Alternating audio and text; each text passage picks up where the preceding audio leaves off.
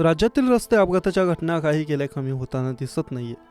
दररोज अपघाताच्या दुर्घटनेत प्रवाशांनी जीव गमावल्याचे वृत्त ऐकायला मिळते. कधी चारचाकी तर कधी दुचाकी वाहनांचे अपघात होतात. धुळे सोलापूर राष्ट्रीय महामार्गावर वडीगोद्रीजवळ एक भीषण अपघात घडला. या अपघातात मायलेकीचा जागीच निधन झालं आहे. कार पलटल्याने हा अपघात झाला. या अपघातात कारचा चुराडा झाला. संभाजीनगरला राहणारे चव्हाण कुटुंब हे गावी लातूरला जाताना अपघात झाला.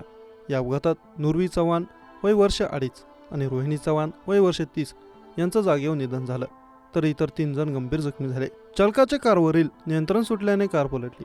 या अपघातात चव्हाण कुटुंबातील मायलेकीचा मृत्यू झाला. या भीषण अपघातामुळे चव्हाण कुटुंबावर दुःखाचा डोंगर कोसळला असून परिसरात हळहळ व्यक्त केली जात आहे. अपघाताची माहिती मिळताच स्थानिक नागरिकांनी तत्काळ मदतीसाठी धाव घेत जखमींना पाचोड येथील ग्रामीण रुग्णालयात हलवले. सध्या त्यांच्यावर उपचार सुरू आहेत आणि जखमींतील काहींची प्रकृती चिंताजनक असल्याचं सांगितलं जातं. अपघाताचे नेमके कारण अद्याप समोर आले नाही. गाडीचा वेग आणि चालकाचा निष्काळजीपणामुळे एका क्षणात हस्तखेळतं कुटुंब उद्ध्वस्त झालं. लातूर जिल्ह्यातील उदगीर नांदेड महामार्गावर कार आणि टेम्पोचा भीषण अपघात झाला, ज्यात कारच्या पुढच्या भागाचा अक्षरशः चेंदामेंदा झाला होता. सुदैवाने अपघातात कसली जीवितहानी झाली नाही. उदगीर येथे रुग्णालयात उपचार घेऊन काही कारमधील प्रवासी हे वाढवणं या आपल्या गावी जात होते. त्यावेळी भरधाव वेगात येणाऱ्या आयशर टेम्पोची कारला उदगीर नांदेड रोडवरील गंटी पाटीजवळ समोरासमोर जोरदार धडक झाली. आपली चूक लक्षात येताच आयशर टेम्पोच्या ड्रायव्हरने घटनास्थळावरून पळ काढला. या प्रकरणी वाढवणा पोलीस ठाण्यात गुन्हा दाखल करण्यात आला असून पोलीस पुढील तपास करत आहेत. मिळालेल्या माहितीनुसार धुळे सोलापूर महामार्गावरून कारमधील सर्व प्रवासी सोनगाव फाट्याजवळ दिशेने जात होते. दरम्यान चालकाचे वाहनावरील नियंत्रण सुटले.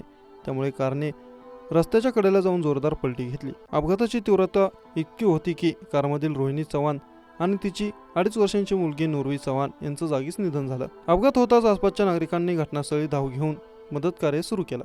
पोलिसांना तत्काळ माहिती देण्यात आली.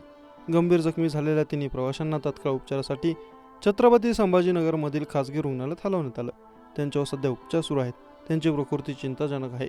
वडीगोद्री पोलिसांनी घटनास्थळी पाहणी केली असून अपघाताचे कारण शोधण्याचा प्रयत्न सुरू आहे. या अपघातात मायलेकींचा मृत्यू झाल्याने हळहळ व्यक्त करण्यात येत असून परिसरात मोठी खळबळ उडाली होती.